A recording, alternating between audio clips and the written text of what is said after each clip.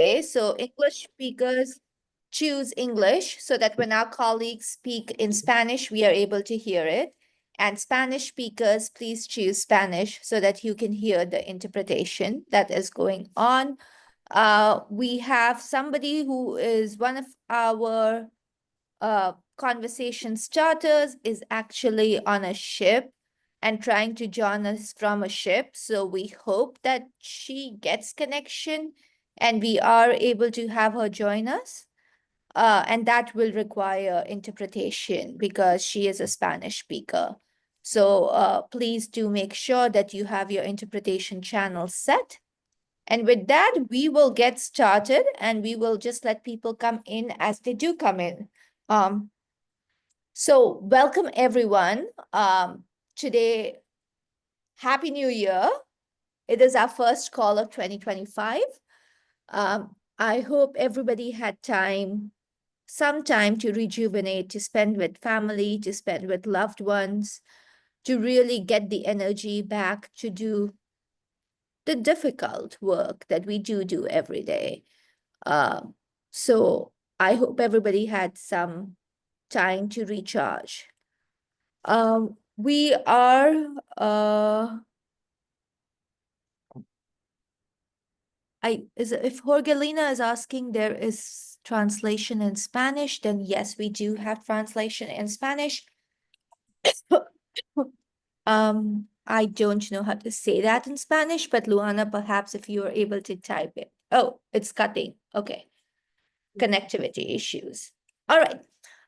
So very warm greetings for 2025 to everyone.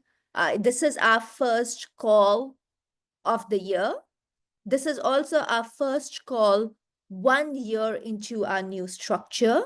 So 2025 is very exciting because, as you know, many of you know, MCLD went through a structural formation and we stepped into our new structure on January 1, 2024. So this has been a year since we did that, since we became fully independent and organized ourselves as a majority world-led network of networks. And this is the start of our second year. So we'll see how much there is that the year holds for us. But before we actually go into today's call, I do want to take a minute to just ask all of us to congratulate ourselves because 2024 was our first year in our new structure. And even as we went through the internal transformation, we managed to do so much in terms of transforming the world around us, in terms of influencing, in terms of engagement with agencies like USAID, with OECD and others.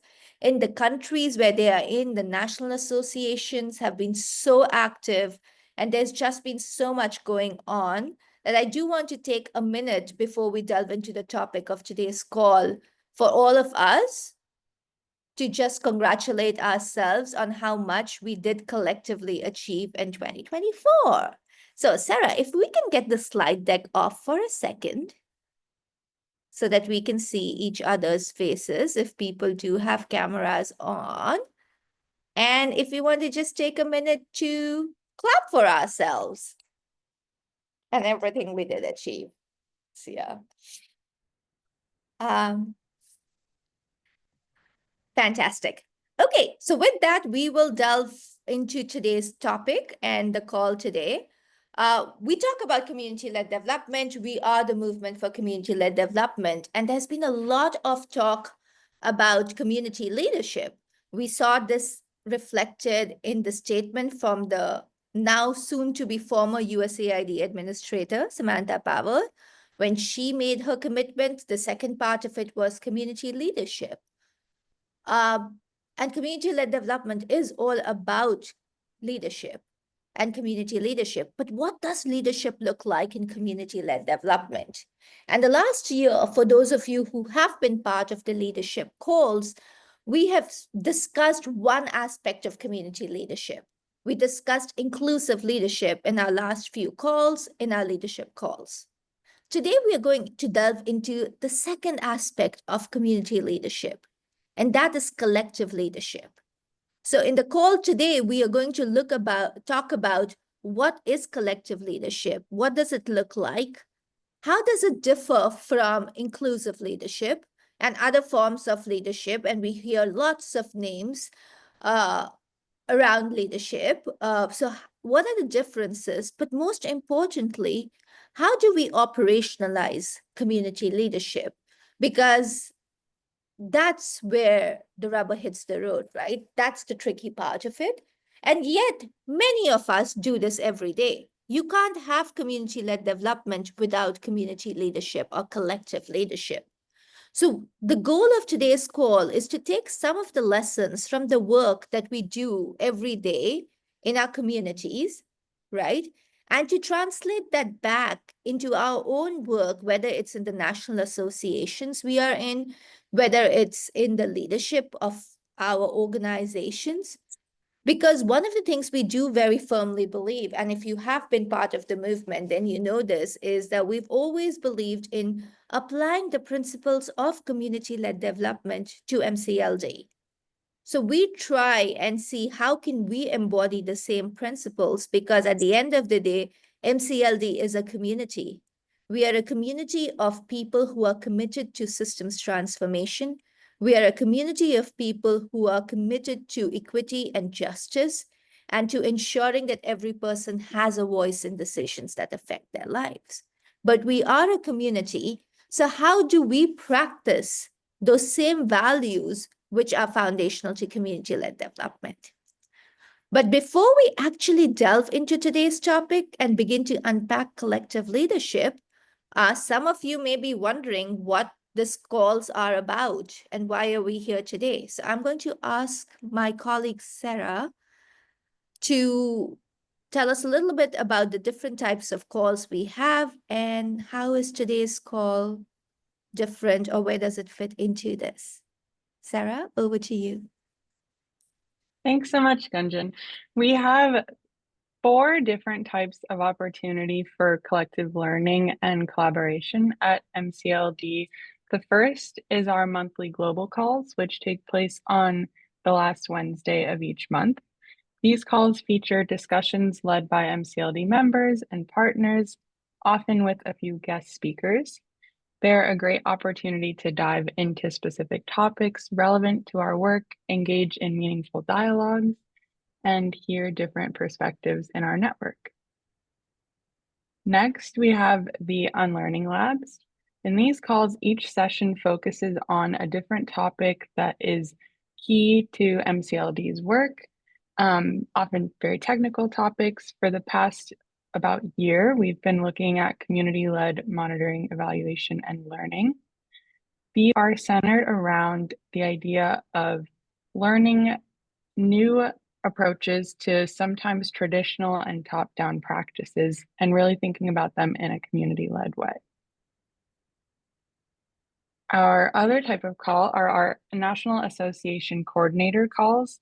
These are an opportunity for MCLD's national coordinators to come together, share updates, brainstorm, often in the past few months, work on strategic planning, and just come together and hear updates from other countries that MCLD is present in. And then finally, these calls are an opportunity that we started in 2020. They are a monthly opportunity for us to connect as peers in a very organic way, to get together, renew our energy, inspire each other, just get energized about our work. They're an opportunity to learn. We come together and we think about specific topics that somebody in the group has asked to talk about or seems especially pertinent that month. And just to think about things in a new way. They're a very collaborative call, lots of brainstorming together. And then the key to the call is co-creation. Like I said, we're brainstorming for a lot of the call, and we are putting our heads and our hearts together during these calls. So they're one of the most active calls that we have, and we're really looking forward to this one on collective leadership. And thank you all for being here. Over to Jean to introduce an exercise. Thank you, Sarah. So before we get into the good, amazing topic that you have introduced, first we will have one of our regular leadership call traditions. We start every call with a short breakout room, randomly assigned with just a few people to get to know each other better. So today we shall have 6 minutes, and we shall have maybe 3 to 5 people in each room. And our topic is, since it's the first meeting of the year, we want to know, how did you celebrate your new year? And how have you made any New Year's resolutions? So we'll be just getting to the breakout rooms and discuss that for 6 minutes. Thank you very much.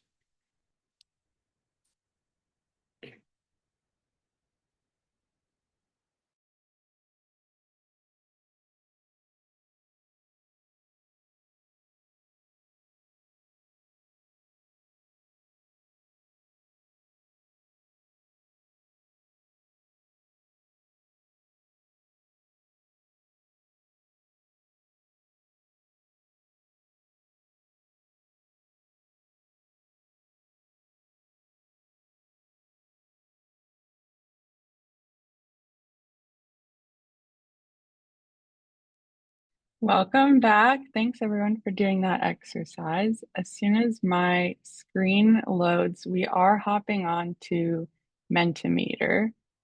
So I'm trying to get that instruction slide back up.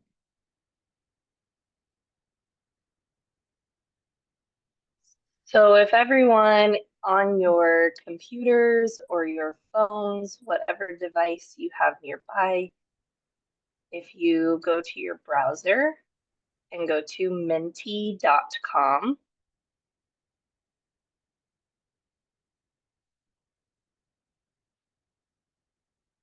so when you go to menti.com, it will prompt you to enter a code. So you will enter this code on the screen, 32956535.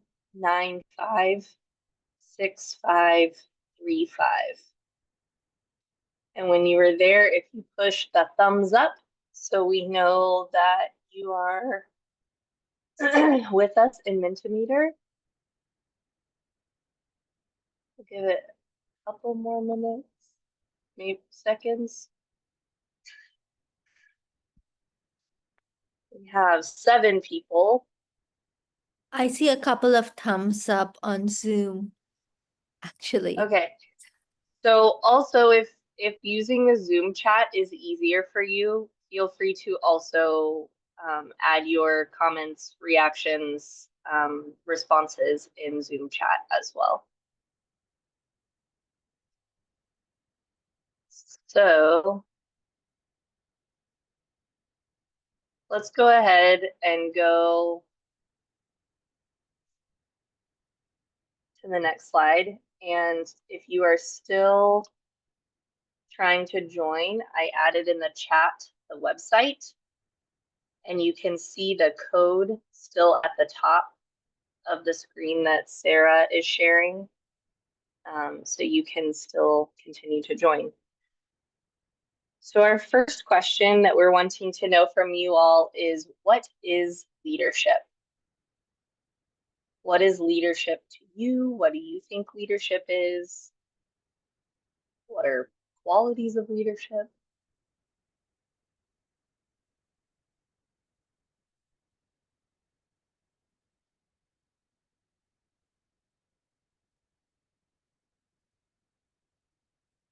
Oh, and it looks like in Sierra Leone, they're having their NA leadership in-person meeting right now. That's exciting.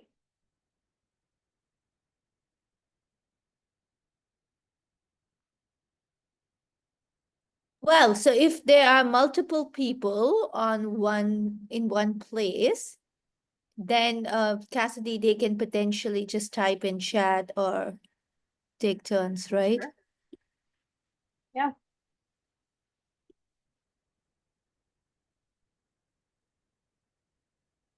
So we are getting some responses. Coordination of the future, serving as a group, working to achieve plans, empowering others, courage, serving, ability to inspire others, working together, moving forward together, community, setting the standard, facilitating, guiding,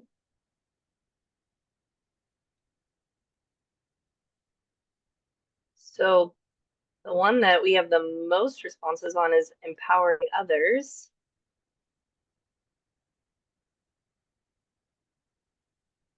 Courage,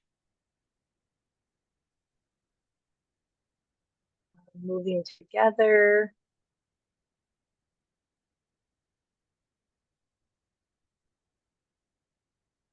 that's great. I think we can go to the next slide, Sarah. So now that we've talked about what leadership is, we want to know from you, what is collective leadership? And that is what our call is on today. So in your mind, in your thoughts, in your experience, what is collective leadership?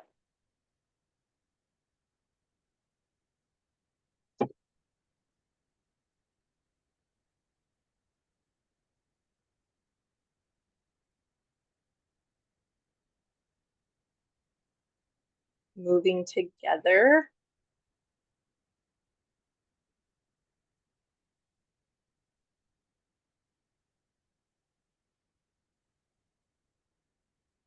setting aside personal interests to work with others towards a common goal.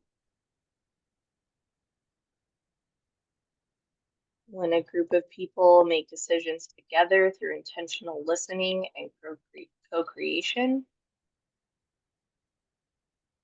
It's a form of leadership where all people, both in leadership and others, work together to set goals on work on achieving them together. Leadership responsibilities are shared, not just by one person. Shared goals, responsibility, and accountability. Working together towards objectives.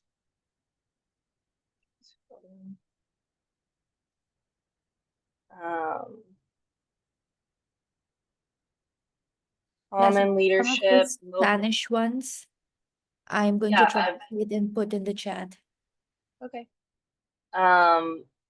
Mobilization and creating new spaces for action and working together.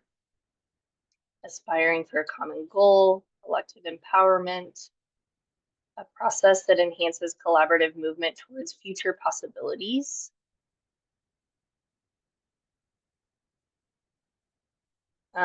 Working together with intention and kind of putting yourself in the shoes of others to maximize empathy, inclusiveness.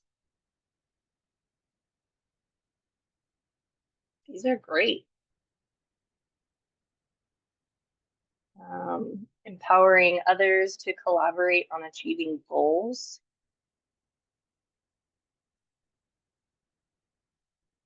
Coming together for the same purpose and counting on and valuing the strength of all.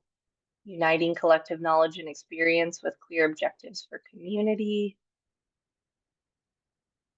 Yeah, these are great. Thank you for your inputs. And so in this call, we will talk more about collective leadership and some of these points that each of you has brought up. Sarah? Yeah, thanks so much, Cassidy, for walking us through that. I think we are over to Gunjan to kind of summarize where we landed. Yeah, thanks everyone. So we had some really strong input. Let's not get the slide up yet, Sarah. We had some really strong input on what is collective leadership. In the last few calls, we've been talking about inclusive leadership. So let's try and unpack a little bit. What is the difference between inclusive leadership and collective leadership? Does anyone want to feel free to unmute or put in chat, raise your hand? What do we think is the difference between inclusive leadership, which our last two calls were about, and collective leadership, what we're talking about today?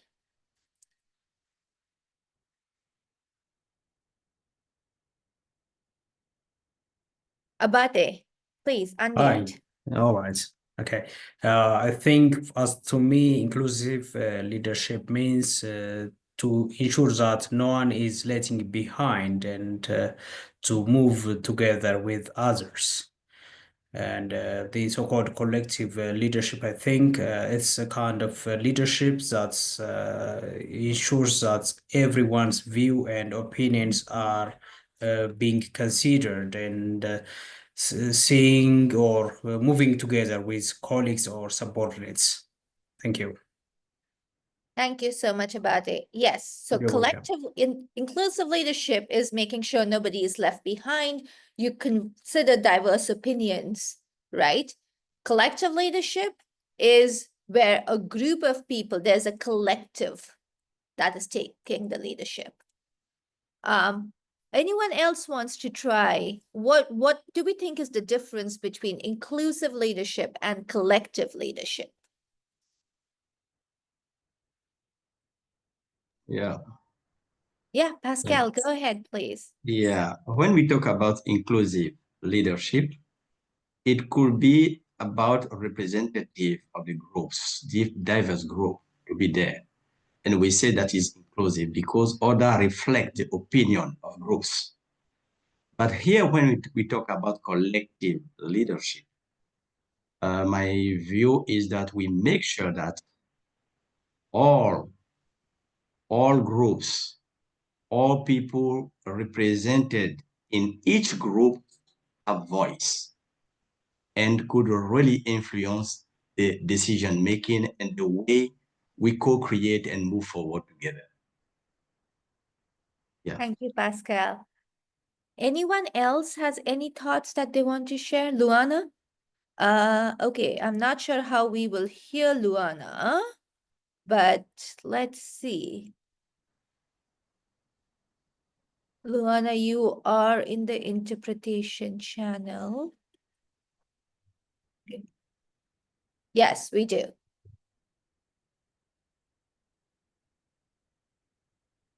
Okay.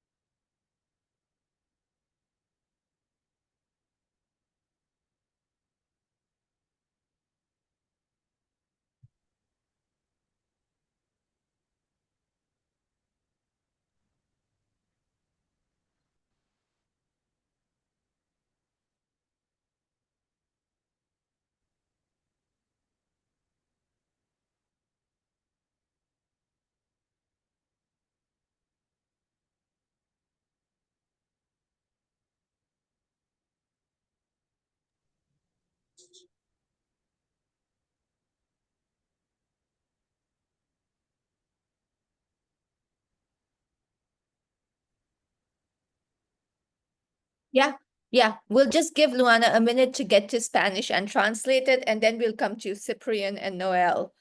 But we'll just give her a minute to translate.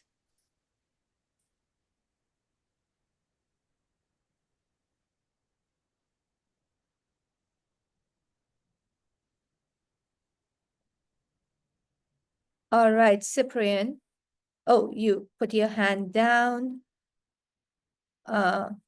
Cyprian, if you would like to speak, please unmute. And if you, okay. Okay, I can speak now. Hello.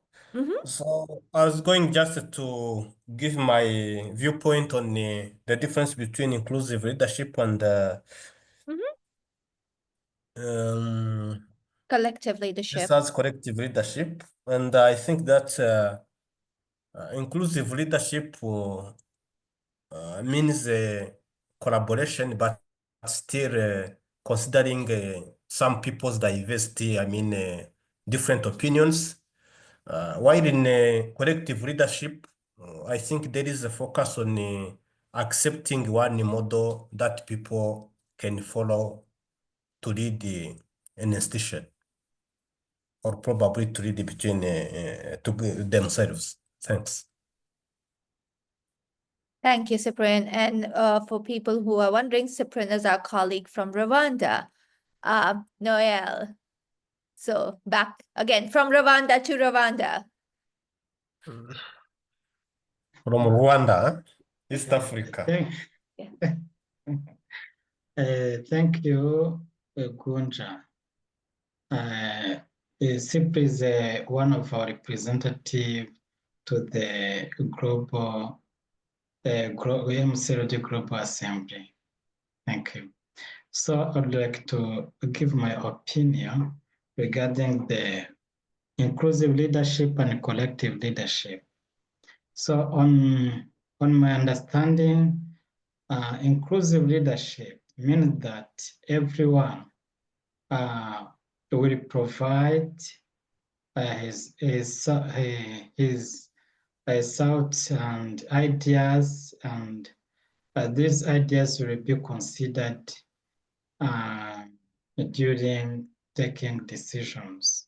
But collective leadership will consist on thinking on how everyone can take a part on driving the system of any community to achieve common goals. Thank you.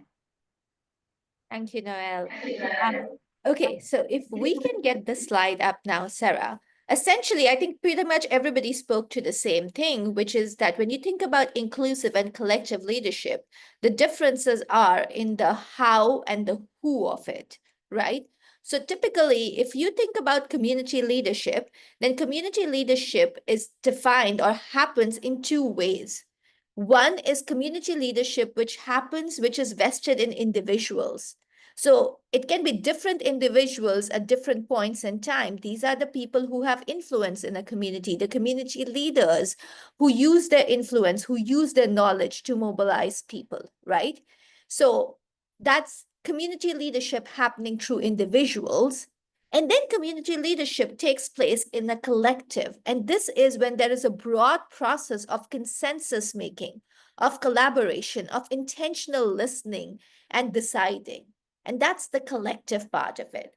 So when we talk of inclusive leadership, often inclusive leadership is about one or a few individuals who are taking leadership, who are actually in leadership, but the leadership that they exercise equally treats the views of all the members, right? So it's inclusive, it's not discriminating, it is equally considering the views and taking into account the needs of different groups of people.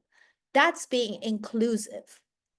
Collective, however, the who is not one or two or three people. In collective leadership, we are talking about how a group of people come together to take decisions about a topic, right?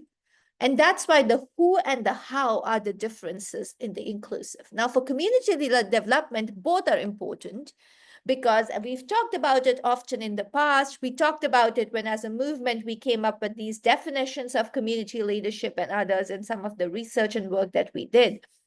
That in community-led development, leadership takes both forms and both are important. It is the individuals are important because at different points, different individuals take up the responsibility and exercise the leadership to mobilize, to guide, to facilitate. That's important. But then the sense of collective, the trust, the collaboration that happens. Sorry, Luana. I have to slow down. I go very fast. Is also important. So the last two calls, we spoke about inclusive leadership, some of the challenges, some of the ways of doing it. But today's call, we are now focusing on the collective aspect of it. So how does it work when you actually need to have a whole group of people, people come together to take decisions, to listen to each other, especially if they may have different interests, different motivations, different aspirations?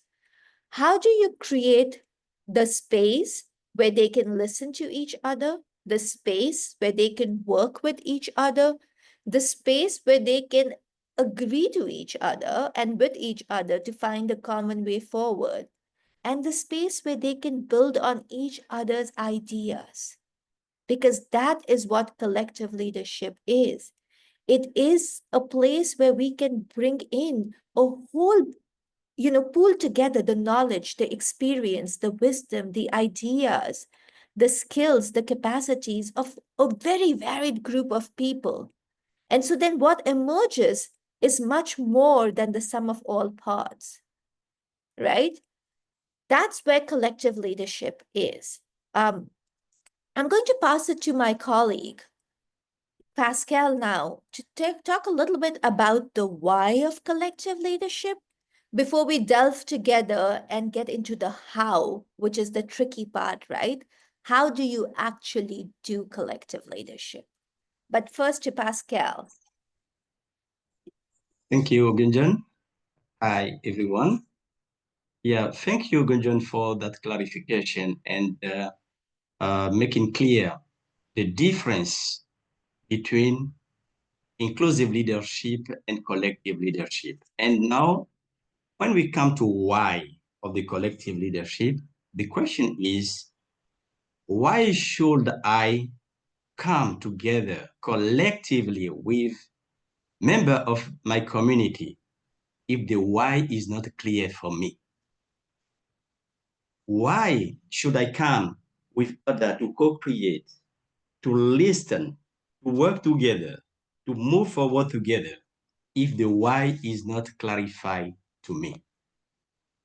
And here, when we talk about MCLD, one of the main purpose is how do we operate differently on new paradigm to make sure that we could reach sustainability and resilience. Could we make this clear for community? And in opposite of that, making sure that the way development is operate now, we are not already happy with that. What is there? Why should we come together? What do we need to tackle? Those issues are the fuel that will sustain the bond for community to come together. Why should I come to build a relationship with someone if I don't clearly understand the why? So being in relation with someone, coming together to co-create, is about how do we value our common strength. And particularly when we talk about MCLD as the majority of work-led network of network, strength is there, but we need to be aware about how do we value, we activate that strength. It is about the why we come together to make sure that we activate clearly that strength, that solidarity, which is an asset that we need already to value. Let me mention very briefly, how do we operate with the CLD Benin, with the why. When we organize the first meeting, we ask people, stakeholders that attend that first meeting, what is the purpose of being here? And the main question we ask is, are we really happy with the way we operate development? Do you see anything missing? And people come clearly saying, yes, we don't have voice to express our needs really. And in the last round, the development is not already sustainable and we don't reach resilience. And the question after that is, are we sharing the same feeling? Do we agree with such way to see things? And collectively, I say collectively, we were not happy. And we decide to find a way to make it different, to operate differently. That's how our MCLD association, CLD Benin, started. And people come with questions, with input, with a way to move forward, particularly with youth. So I could say more, but briefly, I would like to share those points to say the why is very important to value our common strength, to make sure that we are really the majority of world-led network with needed strength and solidarity. Thank you so much. Thank you, Pascal. I know we were going to be joined by our colleague from Latin America, to represent, from an indigenous network to share about how collective leadership is actually shaped in indigenous groups and how it's exercised. I don't know, Sarah, if we have, no, she hasn't been. Okay. Well, we hope at some point she will still be able to join us. She was on a ship, in a boat, and connectivity was a challenge. So uh, I know she's trying to get in. Hopefully she will. And that would help us to also think about collective leadership is not something new, right? It's not something, and it's not theoretical. It's not something which requires books. Many of our communities in our different parts of the world, indigenous communities, have for centuries exercised collective leadership. Now, the collective leadership has operated through either institutions that they have, or it has operated through, decision-making structures, in just the ways of doing and being and acknowledging and the relationships. It's all very interconnected, right? And we were really hoping that we would be able to hear from her and learn a little bit from the indigenous perspectives on how this is fostered and nurtured, because that is always a challenge. We hope she will come through. But in the meantime, while we wait for her, perhaps, Cassidy, we are going into thinking through collectively on what are some of the ingredients for collective leadership. Is that what we're thinking about? The why, how of it? We do not have a Menti for that, if that's what you're asking, but we Okay. can make one. All right. We don't need you. So we have a whole group of people from different countries here. I think one of the things we had hoped to do once we had heard from our colleague was to think a little bit about what do we think are some of the essential ingredients for collective leadership and for exercising collective leadership, and also some of the challenges that we may encounter when practicing collective leadership. That's kind of the area we're going to delve into and work together on in breakout groups, I believe. But before that, before we actually start to work together in the breakout group, outlining some of the ways to make collective leadership work and the ways in which we address the dilemmas or challenges of collective leadership, let's talk a little bit about what are these dilemmas and challenges. So, in your practice, what are some of the dilemmas and challenges of collective leadership that you may have encountered?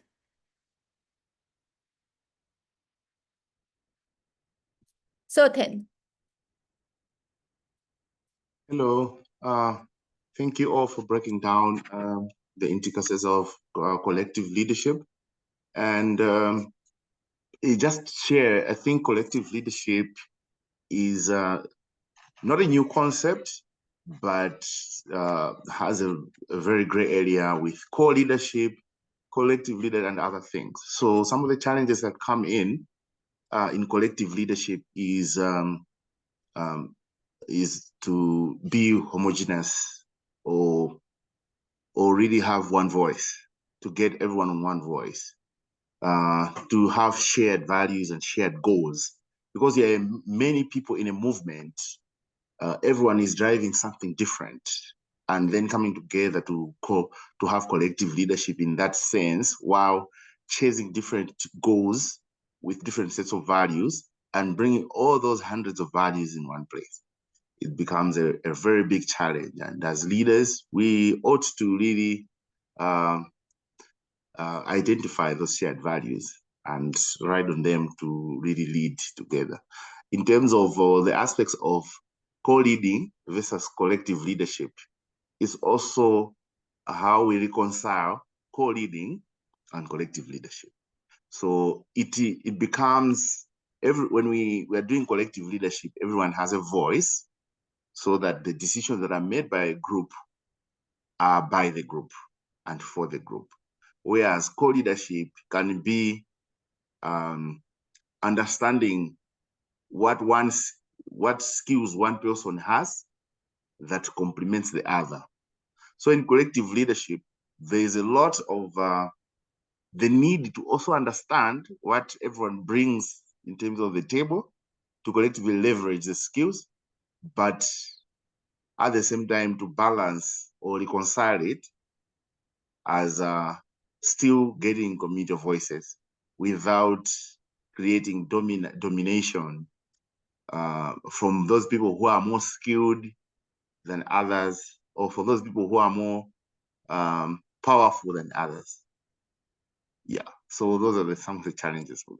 Thank you. Thank you, Sotin. Some very important points, right? If people come with different goals and different value systems, how do they agree on something common? How do we get to, and how do we facilitate a space where we can align on values, where we can align on goals, where we can address power dynamics? Because power dynamics do exist. Whenever there is a group of people that come together, there will always be voices that are more and less powerful, given the context from which we come. So how do we address the power dynamics? So for us, we identified 3 paradoxes or dilemmas, alongside these that we may have to deal with in collective leadership. The first is the pace principle dilemma. What's the pace principle dilemma, right? So principle is what Sotin was just talking about, the need to align on values. To align on values, listening is important to each other, understanding each other, and that takes time, right? We also need to be able to trust each other, and to be able to trust each other, we need time. Again, trust and relationships develop over time. You need to spend time together doing things like the exercises we start these leadership calls with, when we just spend time in understanding and getting to know each other. At the same time, we have to show results. Sometimes you have to show results because there is a funder involved and they want to see results when you do the work in communities. But more importantly, we also need results to keep people engaged. All of us, say even in the movement, right?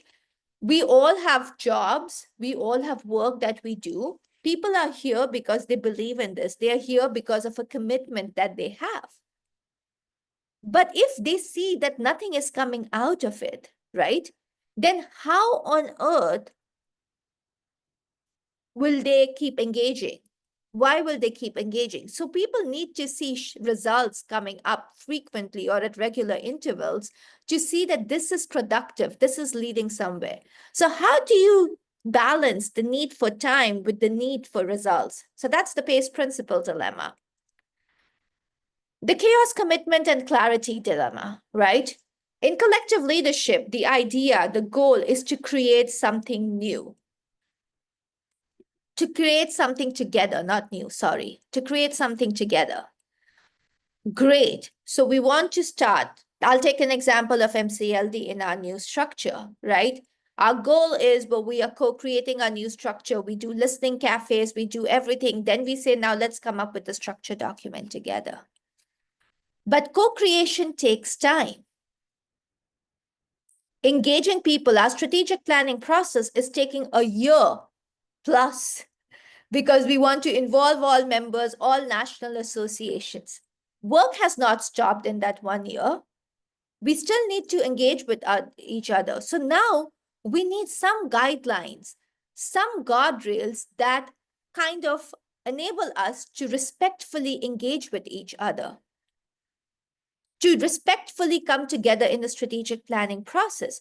So the need to balance that, well, you can't completely be like, there's nothing, let's start from scratch, and everybody's wondering how to do that, right? So the need for some kind of clarity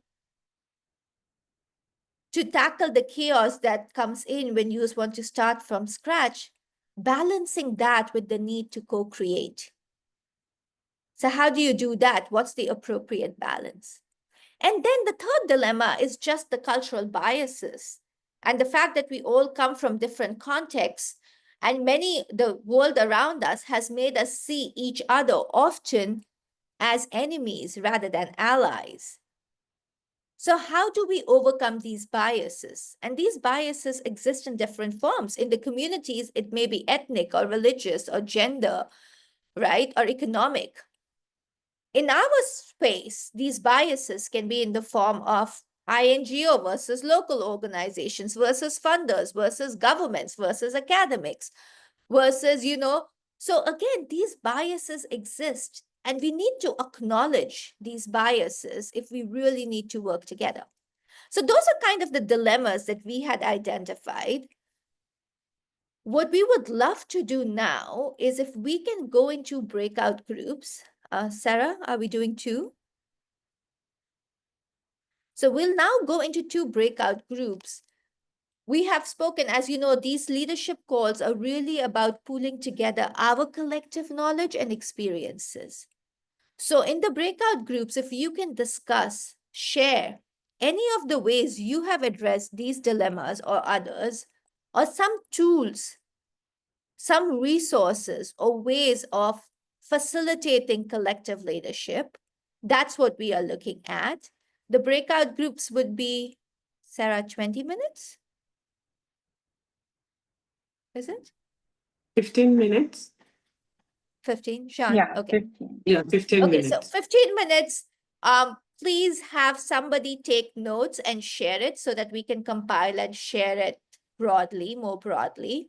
But the idea is we are discussing any ways you have found to address some of these challenges or dilemmas or to facilitate collective leadership in your work, or any ideas you may have.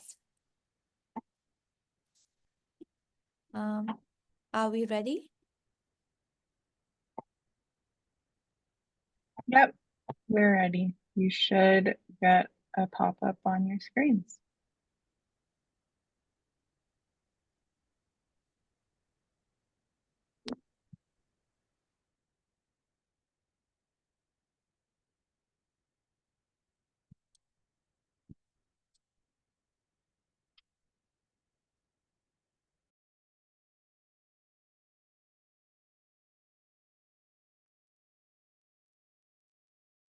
Welcome back from the discussions, everyone. I hope you had a really productive brainstorm. We'd love to hear a quick summary of what you discussed in each group. So if somebody in each group could share one highlight or a key takeaway from the discussion, maybe we could start with Jean's group. Could somebody share just a 30-second, 1-minute takeaway?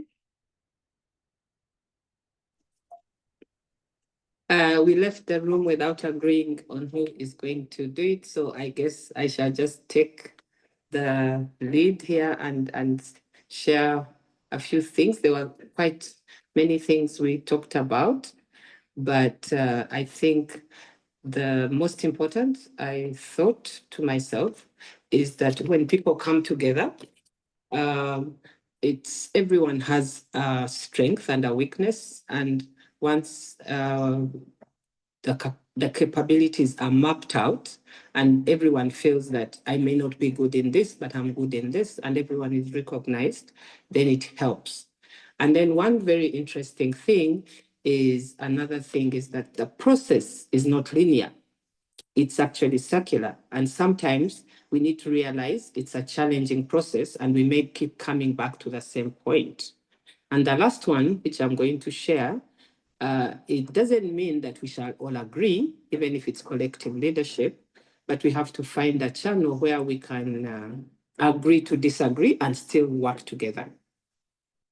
I think that was my takeaway from what we shared, which was a lot and very interesting. Thank you so much, Jen. Sounds like a great discussion. Someone from Cassidy's group?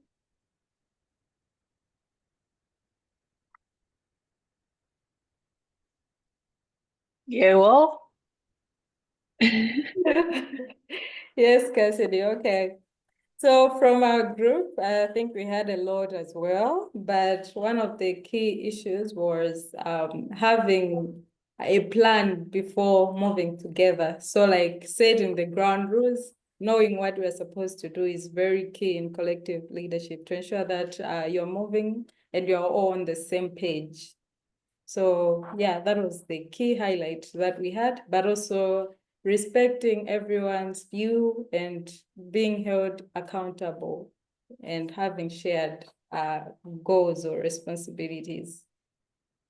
Yeah, that's in brief what we covered. Thanks so much, Yelo. And then from Luana's group in Spanish, if we make sure that we are in English interpretation, I think we'll hear from Edgardo in Spanish.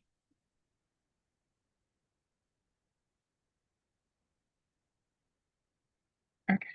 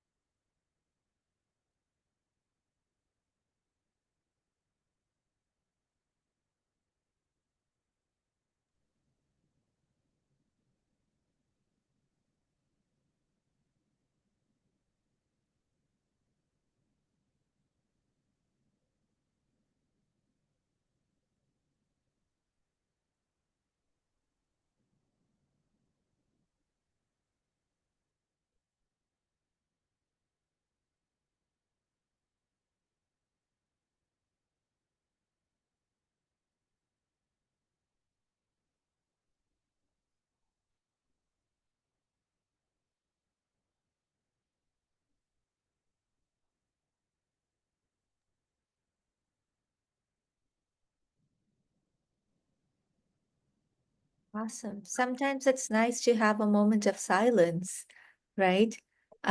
Also, thank you so much, Luana, for helping us make our calls so accessible for colleagues from Latin America and Caribbean.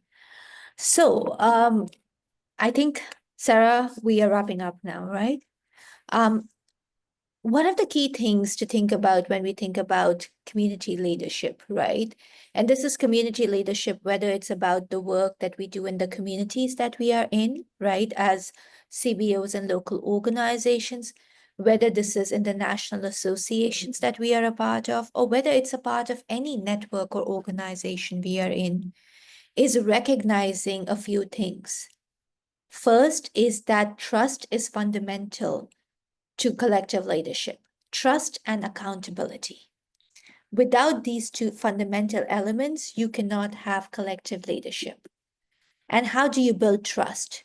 Often building trust requires relationality. It requires the ability to connect as human beings, to hear each other, to see each other, to begin to understand each other, to share spaces, to share activities, social activities, right? And that takes time. So recognizing that any journey of collective leadership is going to take time. But without that, we will not have the trust, which is fundamental. And the accountability part, I don't know if we discussed this in any of the groups, but the other huge thing about collective leadership is that if a group of people agree to something and one person doesn't do it, the enterprise fails. They are never going to be able to come together again, right? So accountability, showing up, is super important in collective leadership to sustain that trust and structure. But the other thing is, and it's also important, a lot of the trust and seeing each other enables us to arrive at common values. So there was something very interesting, two things that came up in our discussion that Barry and Sotin said. Collective leadership is not consensus leadership. Collective leadership doesn't mean there has to be a consensus, right? What collective leadership means, however, is that we have a process to arrive at decision making together without penalizing or, silencing any voice or opinion. That is what collective leadership is. However, what it does require is certain commonalities, agreements in terms of values and principles that allow us to come together and that fundamentally bring us together. So the alignment doesn't have to be on every single decision in the everyday. The alignment needs to be on values. It needs to be on goals and commitments together. It's not an easy subject. I'm really sorry that friend from the Guna community from Honduras, was it? Luana was not able to join us because of technical issues. We do hope we will have a way to record her experiences and wisdom from the communities that she's a part of and share it out with everybody as a follow-up to this call. One of the things we do want to do as MCLD is that we recognize that we have a lot of knowledge that we bring together collectively in the moment. So in these calls, whether it's the unlearning labs, whether it's the leadership calls, we get so many rich ideas and experiences and think about such deep topics. But then we don't document it, which means that going forward, if anyone wants to benefit from them, all they can do is listen to a recording, which isn't the easiest thing for people to do. One of our objectives this year is that we are going to start documenting some of what is emerging from these discussions. So from our leadership calls, from our unlearning labs, we want to co-create documents that talk about collective leadership, inclusive leadership, community-led monitoring, evaluation, and learning. As we go through this process, the team will reach out to participants, to people who are part of this, because we are thinking this together to see if you have inputs on it. We want to make sure that whatever we bring out reflects our collective knowledge and wisdom. But at the same time, we do recognize the need to document all the richness that emerges from these calls. So we will keep you posted on this. Sarah, over to you. Thanks so much, Gunjan. Let me just get my slide back up. Okay. I think that's good. So we just want to flag a few events that we have coming up in the next month or so. The first is our usual MCLD monthly global call is going to be on January 29th, 2 weeks from today. We're very excited on this call. We're going to be launching officially a new volume on community-led development that was edited by Gunjan and Eileen from Outreach International and published by Routledge just last month. It's called Community-Led Development in Practice, We Power Our Own Change. And it features 16 chapters written by over 30 practitioners from communities, respected scholars, real experts of community-led development in all different ways. And so our global call in January is dedicated to launching that book officially with our network. And then the next day, January 30th, we're organizing an in-person event in Washington, D.C. to launch it in that space at Interaction. So very exciting. And then about a month from now, on February 19th, is the next of these calls, our monthly leadership development calls. So we hope to see a lot of you at our 2 virtual events in the next month, and we look forward to more opportunities to collaborate together. Until then, thank you so much for coming today, for brainstorming with us. It was really a packed call, and I think we all learned a lot from it on our team. I hope you all did too. Thank you to Luana for interpreting in Spanish tirelessly. I know that's added so much to our calls at MCLD, and thank you to all of you. And now, in tradition, we always unmute and say bye, so we'll start this year the same way. Bye, everyone. Bye-bye. Bye. Bye. Adios. I couldn't have actually said the bye because I didn't Bye. make any contribution towards the discussion of today. It's okay, Francis. Thank We are you so glad you much. could join us. Bye-bye. Bye-bye. Bye.